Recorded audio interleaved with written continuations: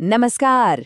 आज बात करते हैं उत्तर प्रदेश के उन अनमोल खजानों की जिन्हें दुनिया भर में पहचान मिली है। हम बात कर रहे हैं यहाँ के अद्भुत रामसर स्थलों की। ये वो आर्द्र भूमियां हैं जो हमारी प्रकृति के लिए सच कहूँ तो बेहद जरूरी हैं। ये सिर्फ जमीन के टुकड़े नहीं बल्कि हमारी धरती की धड़कन है। तो चलिए सीधा मुद्दे पर आते हैं। एक सवाल, कभी सोचा है कि उत्तर प्रदेश में ऐसी कितनी आर्द्र भूमियां मतलब वेटलैंड्स हैं जिन्हें रामसर स्थल का दर्जा मिला हुआ है? कोई अंदाजा? जी हाँ, पूरे 11। उत्तर प्रदेश में कुल 11 रामसर स्थल हैं। और मजे की बात यह है कि हर एक की अपनी एक अलग कहानी है, अपना एक अलग महत्व है जिन्हें हम आज जानने वाले हैं। तो फिर देर किस बात की? चलिए इन 11 के 11 स्थलों की एक तेज और दिलचस्प यात्रा पर निकलते हैं। तैयार हो जाइए। हमारी यात्रा शुरू होती है उत्तर प्रदेश की सबसे पहली रामसर साइट से। इसे 2005 में ये दर्जा मिला था। ये है ऊपरी गंगा नदी का वो हिस्सा जो ब्रजघाट से नरौड़ा तक फैला है। और ये सिर्फ एक नदी नहीं बल्कि ये घड़ियाल और हमारी अपनी लुप्तप्राय गंगा डॉल्फिन जैसे जीवों का घर भी है। हमारा अगला पड़ाव है नवाबगंज पक्षी अभयारण्य। और यहाँ एक दिलचस्प बात यह है कि इसका एक और नाम है। इसे हमारे महान स्वतंत्रता सेनानी के सम्मान में शहीद चंद्रशेखर आजाद पक्षी अभयारण्य भी कहा जाता है। अब आगे बढ़ते हैं सांडी पक्षी अभयारण्य की ओर।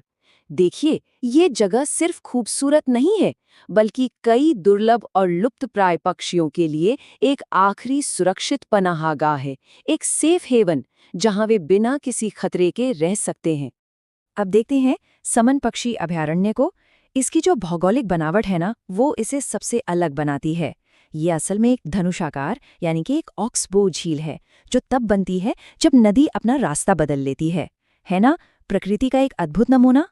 हमारा अगला स्थल समसपुर पक्षी अभयारण्य प्रवासी पक्षियों का मतलब माइग्रेटरी बर्ड्स का पसंदीदा ठिकाना है। सोचिए, हर साल हजारों मील का सफर तय करके पक्षी यहाँ आते हैं। ये तो एक तरह का इंटरनेशनल हब हो गया। चलिए अब चलते हैं पार्वती अरगा पक्षी अभयारण्य। इसकी खासियत, ये एक नहीं बल्कि 2 खूबसूरत जुड़वा झीलों से मिलकर बना है। ये नज़ारा वाकई देखने लायक होता है।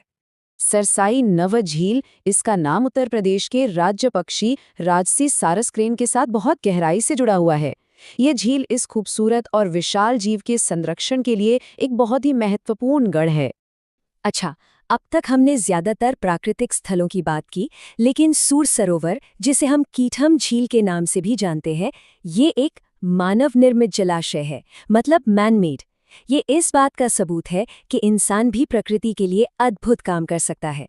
इसके बाद नंबर आता है हैदरपुर वेटलैंड का। ये अपने आप में तो बहुत महत्वपूर्ण है ही, पर साथ ही ये विशाल हस्तिनापुर वन्यजीव अभयारण्य का एक अभिन्न हिस्सा भी है और इसी वजह से इसका पारिस्थितिक महत्व और भी ज्यादा बढ़ जाता है। अब हम पहुंच गए हैं बखीरा वन्यजीव अभयारण्य।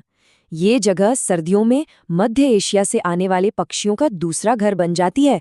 जरा सोचिए, कितनी लंबी, कितनी मुश्किल यात्रा करके ये पक्षी यहाँ पहुंचते हैं। और हमारी इस यात्रा का आखिरी पड़ाव है पटना पक्षी अभयारण्य।